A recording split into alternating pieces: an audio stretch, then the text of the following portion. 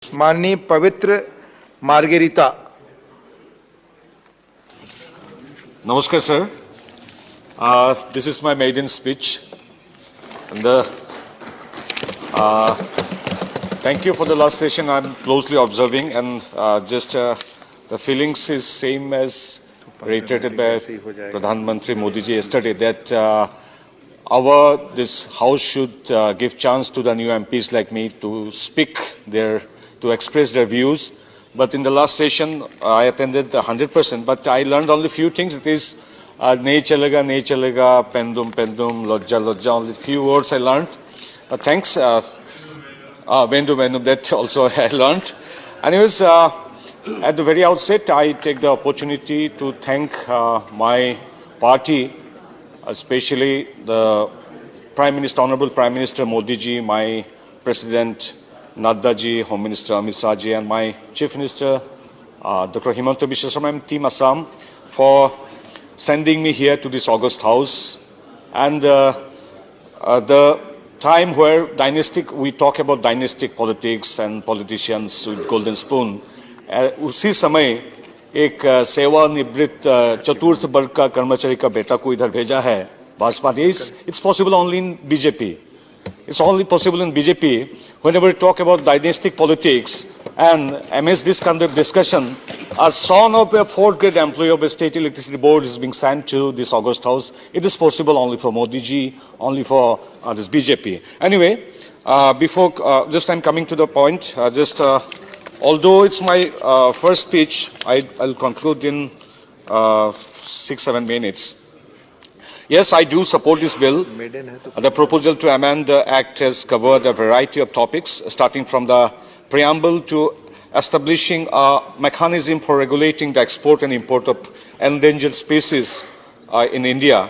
I honestly believe that this bill will ensure the protection of not only the endangered flora and fauna, but also of the tribal communities that live around our forests.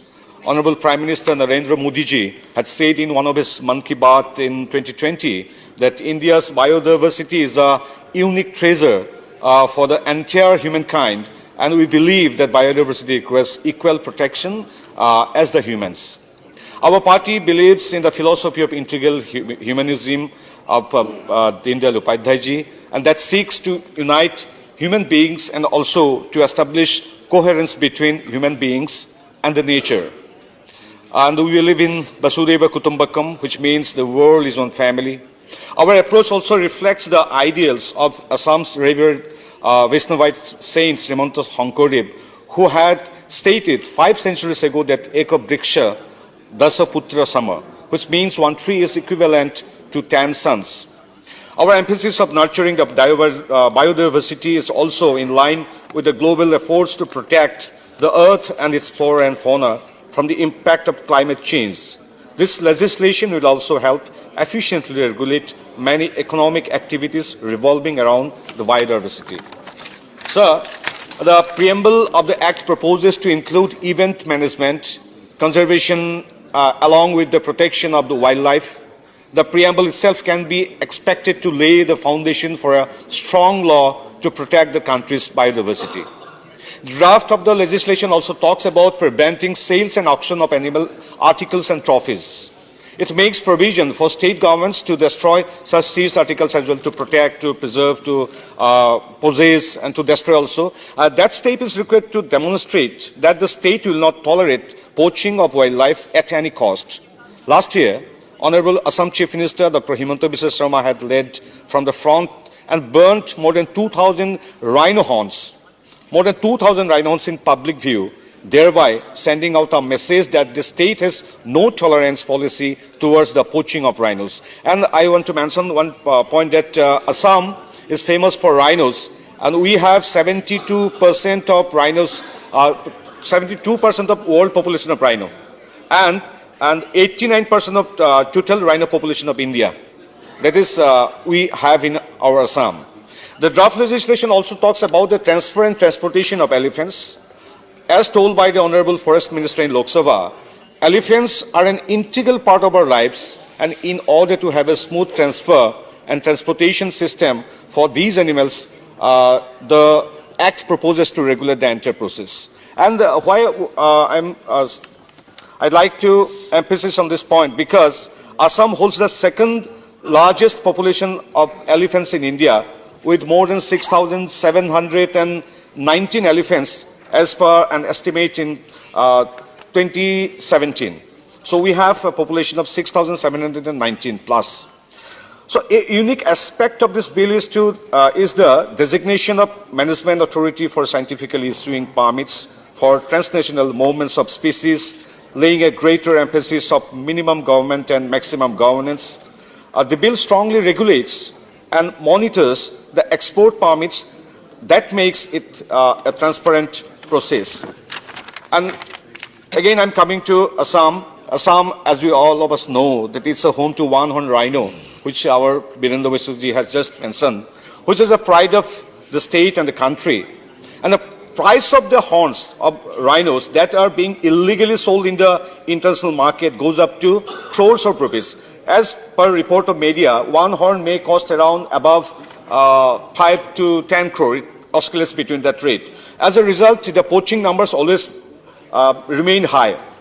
But I don't know how my respected friends from Congress will accept it. I'm giving a data.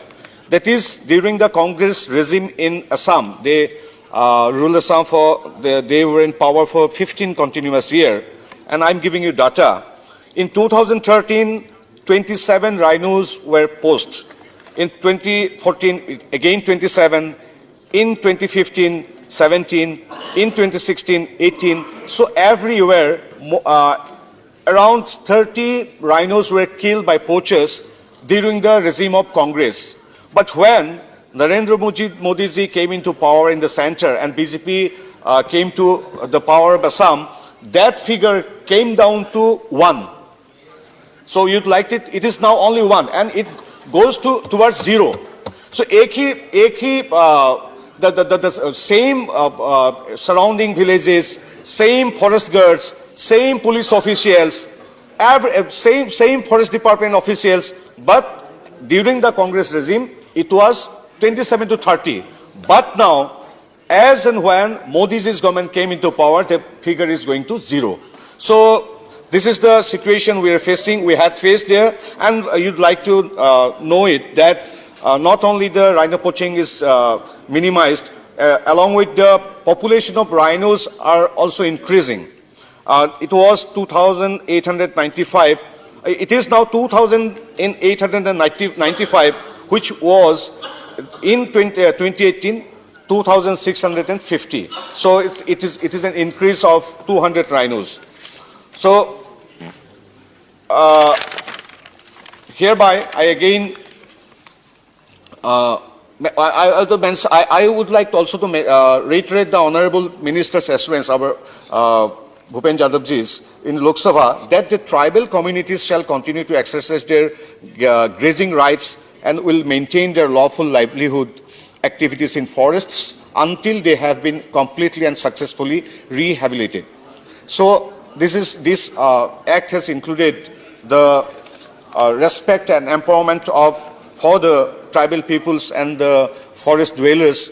So I wholeheartedly support the bill and call for the reforms in the conservation of biodiversity to ensure that the number of endangered species in India keep growing and help us to maintain the biodiversity in full glory. Thank you, sir. I conclude.